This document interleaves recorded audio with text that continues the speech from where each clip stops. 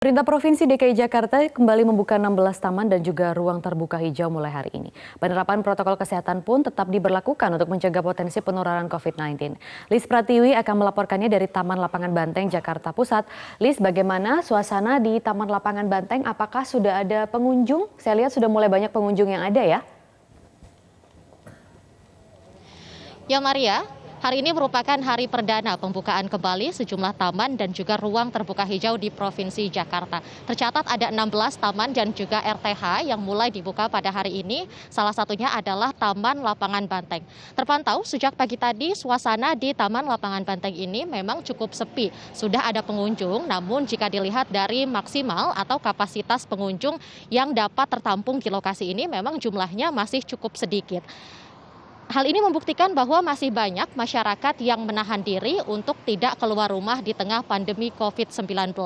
Hal ini diharapkan terus diikuti dan juga dilakukan oleh lebih banyak masyarakat untuk mencegah munculnya klaster baru penularan virus corona.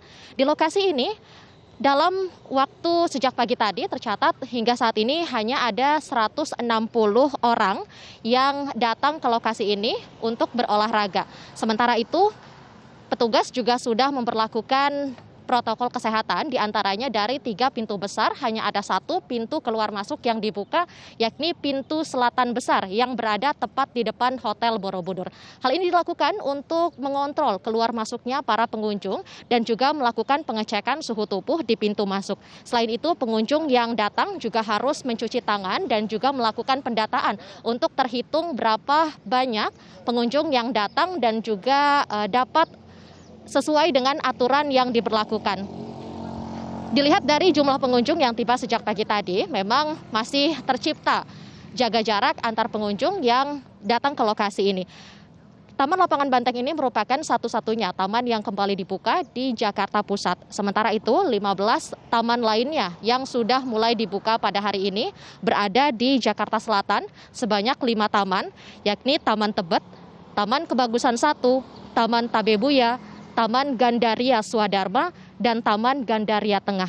Sementara di Jakarta Utara ada 3 taman yang dibuka, yakni Taman Sungai Kendal, Taman Serangbango, dan juga Taman Bintaro.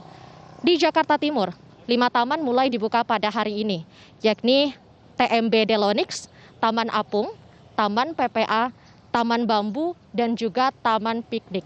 Sementara itu di Jakarta Barat ada 2 taman yang dibuka kembali, yakni Taman Green Garden dan juga Taman Jalur Hijau Kosambi.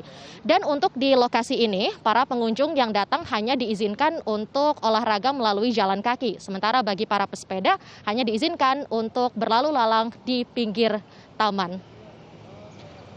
Maria. Ya, Lis, lalu apa saja anjuran ataupun larangan yang harus diperhatikan bagi pengunjung yang hendak ke taman tersebut?